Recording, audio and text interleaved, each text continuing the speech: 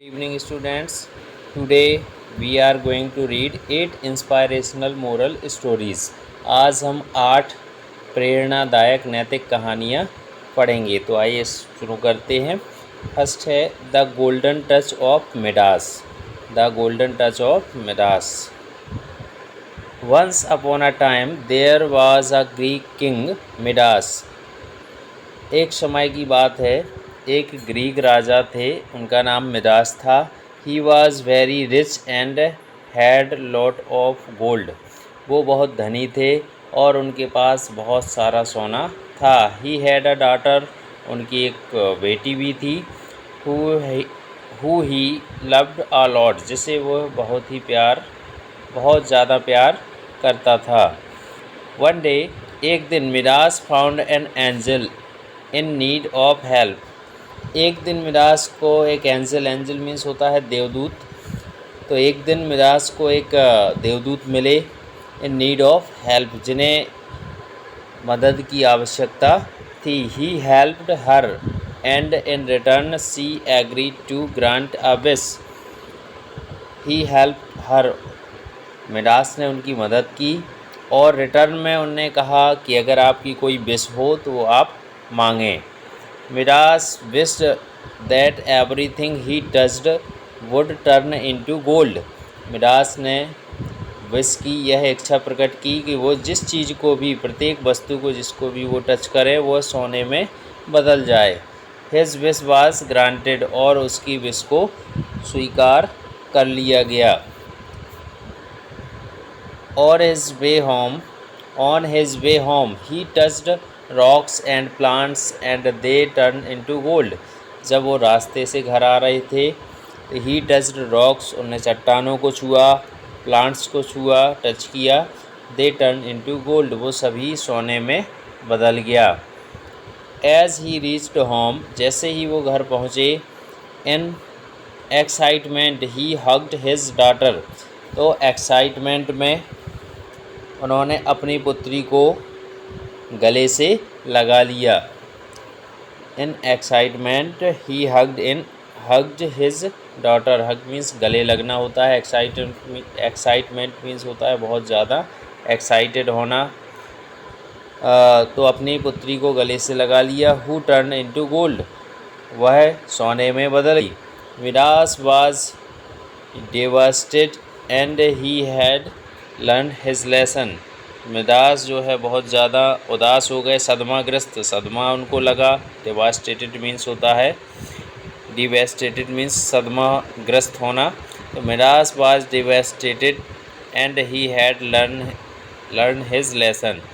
वह जो है उनको बहुत बड़ा झटका लगा या सदमा लगा और उनको सबक मिल गया। Upon learning his lesson, Midas asked the angel to take his wish away.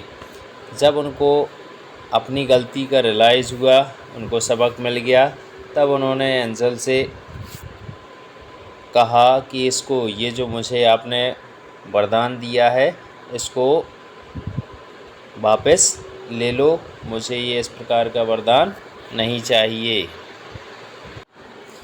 Moral of the story, इस कहानी का मोरल क्या है, इससे हमें क्या शिक्षा मिलती है। Greed is not good for you, लालच हमारे लिए, आपके लिए अच्छी नहीं होती है। We content and satisfied to lead a happy and fulfilling life. We content means विषय होता है, हम जिस चीज़ में अभी जिस तरीके से जी रहे हैं हमें उसी से सेटिस्फाइड रहना चाहिए और उसी तरीके से आगे बढ़ते रहना चाहिए। अपनी लाइफ को फुल हैप्पी तरीके से जीना चाहिए, एंजॉय करना चाहिए। नेक्स्ट स्टोरी है the tortoise and the hare, यानी कछुआ और खरगोश। कछुए और खरगोश की कहानी आप लोगों ने सुनी भी होगी। This is an extremely popular story about a hare and a tortoise. यह जो है बहुत ही ज़्यादा एक्सट्रीमली मीन्स बहुत ज़्यादा पॉपुलर स्टोरी है खरगोश और कछुए की। The hare is an animal that is now to move quickly. जो हेयर होता हेयर इज़ एन एनिमल, एक जानवर है जो कि बहुत तेज़ी से, बहुत फास्ट चलता है, दौड़ता है। While a tortoise is one two move slowly, जबकि टॉर्टोइज या कछुआ एक इस प्रकार का जानवर है जो बहुत ही धीमे गति से चलता है। One day the hare challenge the tortoise to a race simply to prove that he was the best. One day the hare challenge, एक दिन जो है हेयर ने या खरगोश ने चैलेंज किया टॉर्टोइज से कि उससे वो रेस लगाए, और वह उसने कहा कि वो प्रूव कर देगा सिंपली कि वह जो है तुमसे बेस्ट है, मैं तुमसे बेस्ट हूँ। द टॉर्टोइज एग्रीड, और वह कछुआ एग्री हो गया, राज़ी हो गया। Once the race began the hare was easily able to get a head start. Once the race began the hare was easily able to get a head start. जैसे ही रेस शुरू होती है तो जो खरगोश था बहुत आसानी से उसने दौड़ लगाना शुरू कर देता है। Upon realizing that he tortoise is far behind. Upon realizing, realizing means होता है साकार होना।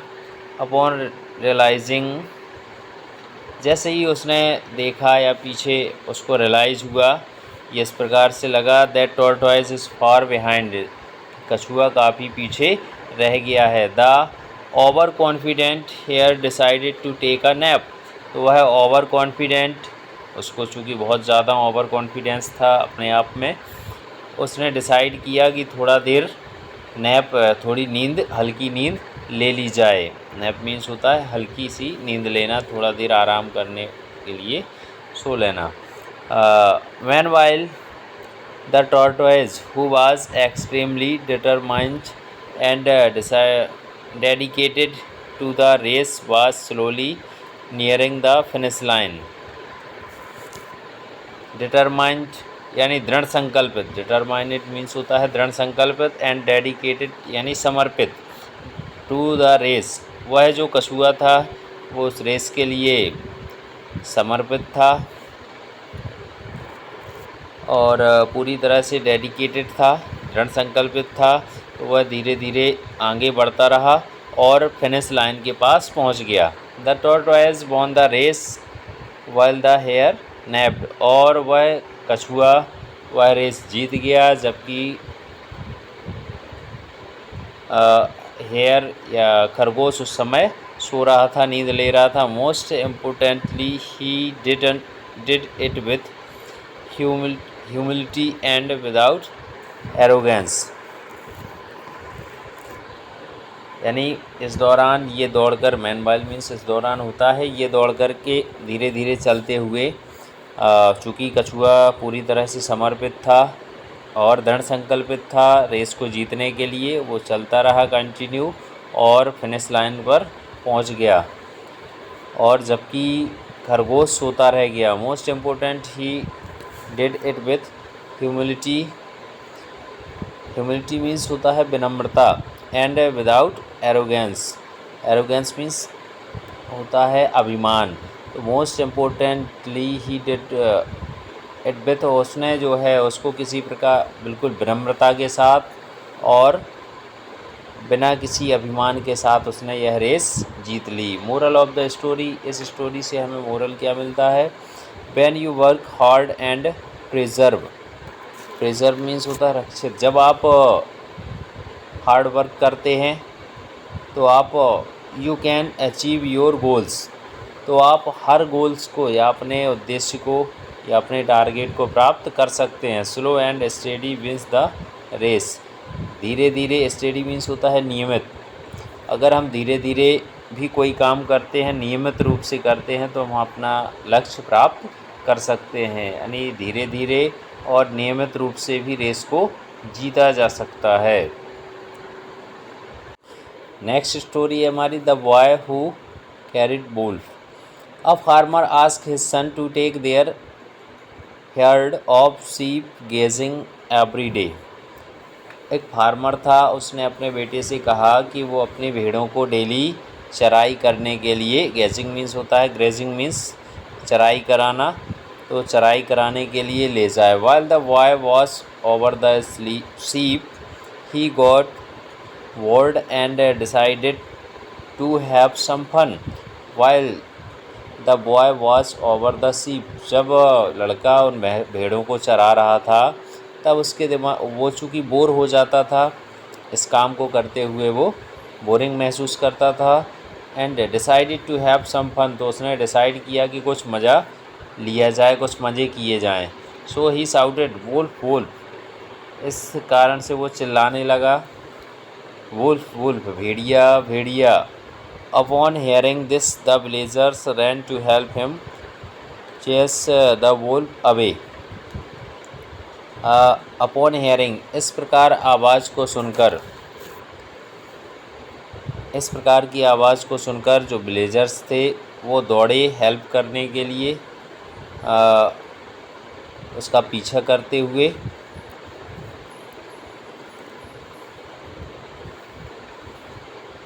Chess the wolf away, wolf को भगाने के लिए। एज दे रीच हिम, जब वो वहाँ उसके पास पहुँचे, they realise that there was no wolf and he was just kidding, तब उनको रियलाइज़ हुआ या पता चला कि वहाँ कोई वुल्फ या भेड़िया नहीं था, वो जस्ट किडिंग यानी मज़े कर रहा था, केवल जो है मज़े कर रहा था, झूठ बोल रहा था। The villagers were furious and they yelled at the boy for creating chaos and panic. Villagers were furious, जो विलेजर्स थे वो बहुत ज़्यादा गुस्सा हो गए। फ्यूरियस मीन्स होता है आग बबूला होना या गुस्सा हो जाना। And they yelled at the boy for creating chaos and panic, और चॉस मीन्स होता है अराजकता, पैनिक मीन्स होता है घबराना। तो boy for creating chaos and panic यानी उसने द बॉय फॉर क्रिएटिंग इस तरीके की अराजकता और फैला दी था, और ये लोग घबरा गए बहुत ज़्यादा।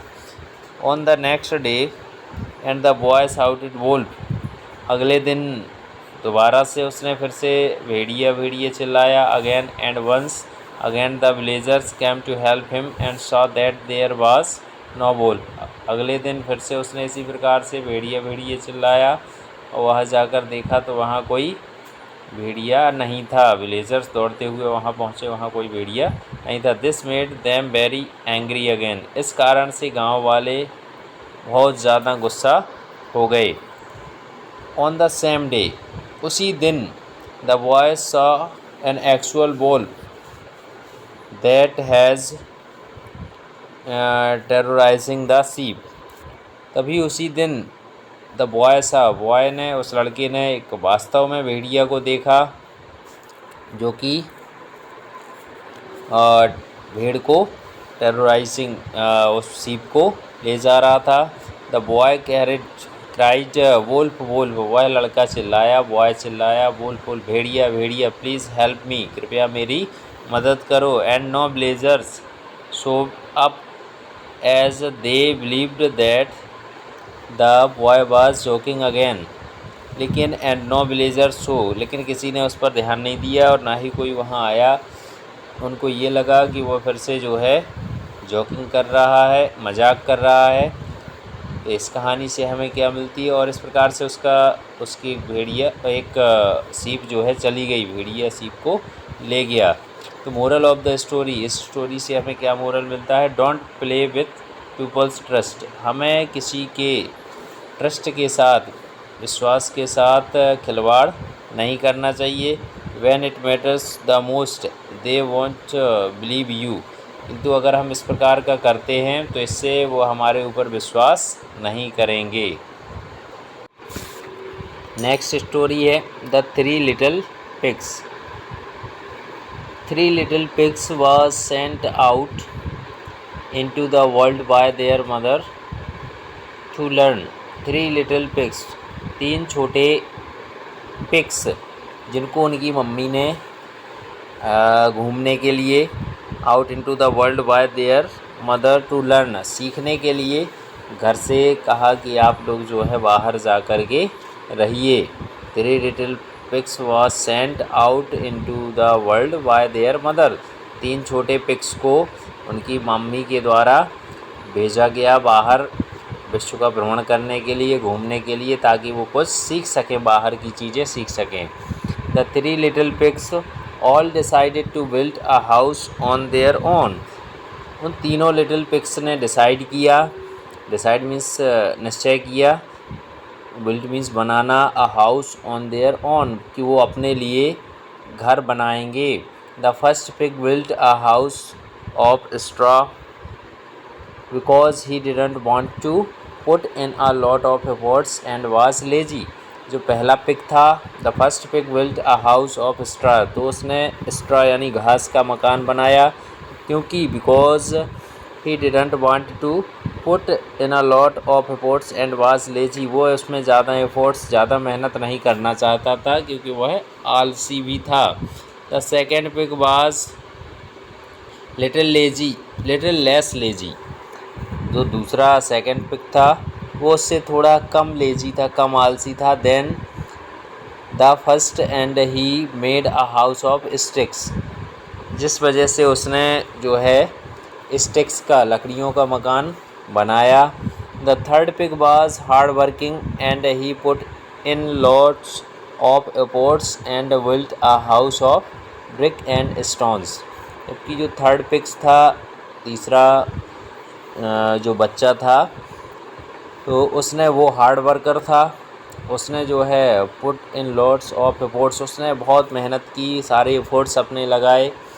And built a house of BRICS and stone, उसने जो है पत्थर से और ईंटों से अपना मकान बनाया. One day a wolf came to attack them, एक दिन एक भेड़िया आकर के उनके ऊपर अटैक किया. He huffed and puffed and blew the house of straw, उसने बहुत ज़ोर से फूंक मारी, बहुत तेज़ी से जो है फूंका, फुला करके फूंका, जिससे जो स्ट्रॉ का मकान था वो उड़ गया.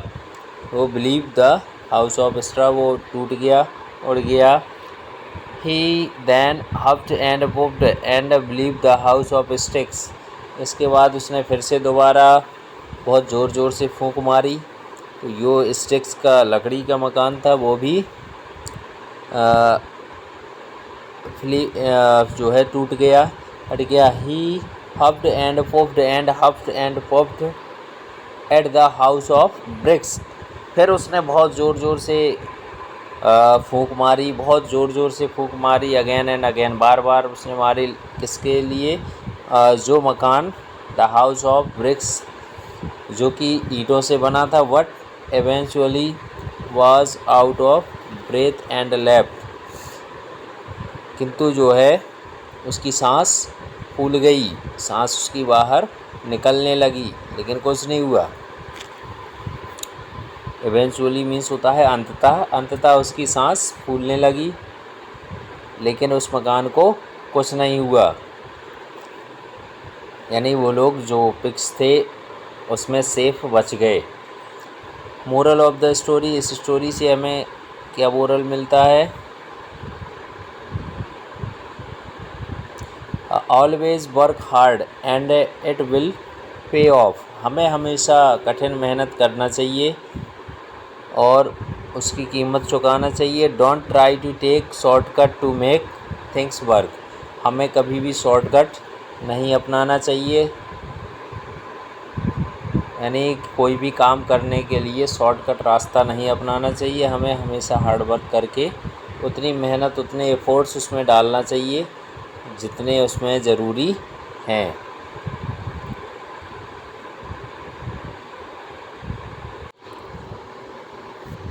नेक्स्ट स्टोरी है हमारी the fox and the stork, यानी लोमड़ी और सारस. Once there was a fox and a stork, एक समय की बात है, एक लोमड़ी थी और एक सारस था. The fox was selfish but he decided to invite the stork for dinner. जो फॉक्स था वो सेल्फिश था, यानी अपने बारे में ही हमेशा सोचता था. बट ही, किंतु उसने डिसाइड किया कि वो जो है सारस को डिनर पर इनवाइट करेगा, आमंत्रित करेगा. The stork was extremely happy to be invited and she reached his house on time. Stork बहुत ज़्यादा एक्सट्रीमली मीन्स होता है बहुत ज़्यादा खुश था। टू बी इनवाइटेड क्योंकि उसके दोस्त ने उसको इनवाइट किया था।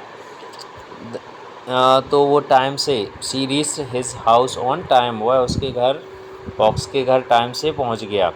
The fox opened the door and invited her in, fox ने दरवाज़ा खोला और उसको अंदर आमंत्रित किया। They sat on the table, वो लोग एक टेबल पर बैठ गए। The fox served her some soup in shallow bowls, जो फॉक्स था फॉक्स ने उसको कुछ सूप जो है, सॉलो मीन्स होता है उथले बर्तन में सर्व किया या परोसा। सर्व मीन्स परोसना। While the fox licked up his soap, the stork couldn't drink it. जबकि जो फॉक्स था उसने अपना सारा सूप पी गया, जल्दी से उसको ख़त्म कर दिया। The stork could drink it because she has a long beak and the bowl was too shallow. जबकि जो स्टॉक था सारस था वो उस सूप को नहीं पी सका क्योंकि उसकी जो चोंच थी वो लंबी थी और जो बर्तन था वो उथला था, इस वजह से वो उसमें से सूप को नहीं पी सका। The next day the stork invited the fox over for dinner. दूसरे दिन अगले दिन ही स्टॉर्क ने भी फॉक्स को इनवाइट किया डिनर पर। She served him soup as well, but in two narrow vessels. उसने भी सूप सर्व किया किंतु दो सकरे मुँह वाले बर्तन थे उनमें सूप को रखा गया। While the stork enjoyed her soup and finished it, जबकि ये जो स्टॉर्क था सारस था वो एंजॉय कर रहा था, सूप को पी रहा था, उसने ख़त्म कर दिया। The fox went home very hungry realizing his mistake, किंतु जो फॉक्स थी वह उस सूप को नहीं पी सका क्योंकि उसके अंदर उसका मुंह नहीं जा पा रहा था, चूँकि पतली सुराहियाँ थीं, तो वह बहुत ज़्यादा भूखा था और उसको अपनी गलती, वह घर आ गया, उसको अपनी गलती रियलाइज़ हो गई। Moral of the story, don't be selfish because it will come back to you at some point. हमें सेल्फिश नहीं होना चाहिए, स्वार्थी नहीं होना चाहिए, क्योंकि कभी कभार ये हमारे पास वापस हमी को उसका मिल जाता है। It will come back to you at some points, कुछ पॉइंट्स में वो चीज़ हमारे लिए भी नुकसानदायक हो जाती है। The ant and the grasshopper, यानी चींटी और टिड्डा। ग्रास हॉपर मीन्स टिड्डा होता। The ant and the grasshopper were best friend with very different personalities. आंट यानी चींटी और एक ग्रास हॉपर बहुत अच्छे मित्र थे, बट उनकी जो पर्सनालिटीज़ थी, व्यक्तित्व था, वो अलग अलग था। The grasshopper would spend his day sleeping और playing his guitar while the ant would collect food and build his anthill. जो ग्रास हॉपर था, टिड्डा था, वो अपना दिन सारा दिन जो है सोने में और अपना गिटार बजाते हुए गाना गाने में निकाल देता था, वाइल जबकि जो आंट थी, चींटी थी, वो सारा दिन भोजन को कलेक्ट करती रहती थी और अपना मकान बनाती थी। एंड बिल्ड हिज ऑन्ट हिल।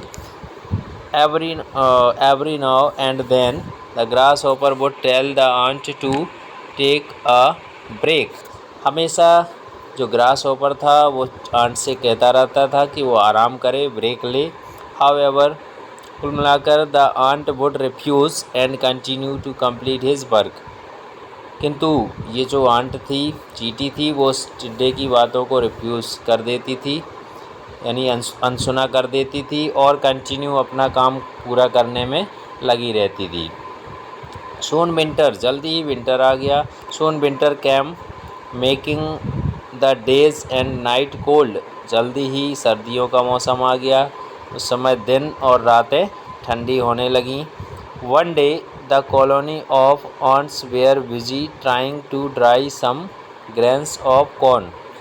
एक दिन जब चींटियों की कॉलोनी या चींटियों का जो झुंड था, समूह था, वो बिजी था some trying to dry some grains of corn, कुछ अनाज को सुखाने में। The grasshopper who was extremely weak and hungry came up to the ants and ask. तभी उसी समय ग्रास हॉपर, जो कि बहुत ज़्यादा कमज़ोर हो गया था और भूखा था, चींटी के पास आया और बोला, and ask can you please give me a piece of corn, क्या तुम मुझे थोड़ा सा कॉर्न दे सकती हो, कुछ टुकड़े जो है दे सकती हो, कुछ अनाज दे सकती हो खाने के लिए। द आंट रिप्लाइड, चींटी ने रिप्लाइड किया, we work hard for this corn all summer while you relaxed. हम लोगों ने सारी गर्मियों भर इस अनाज को या अन्न को इकट्ठा करने के लिए सारी गर्मियों भर मेहनत की, जबकि तुम रिलैक्स करते रहे। Why should be give it to you, मैं तुम्हें इसे क्यों दूँ।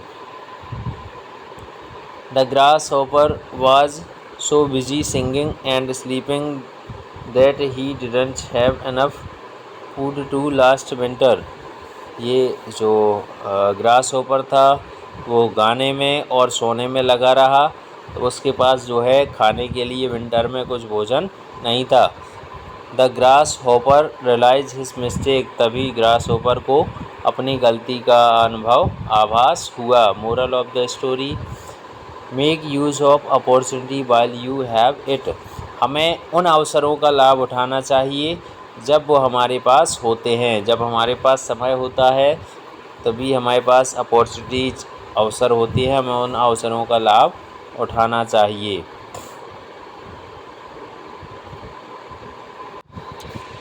नेक्स्ट स्टोरी है बी वाइज वाइल काउंटिंग।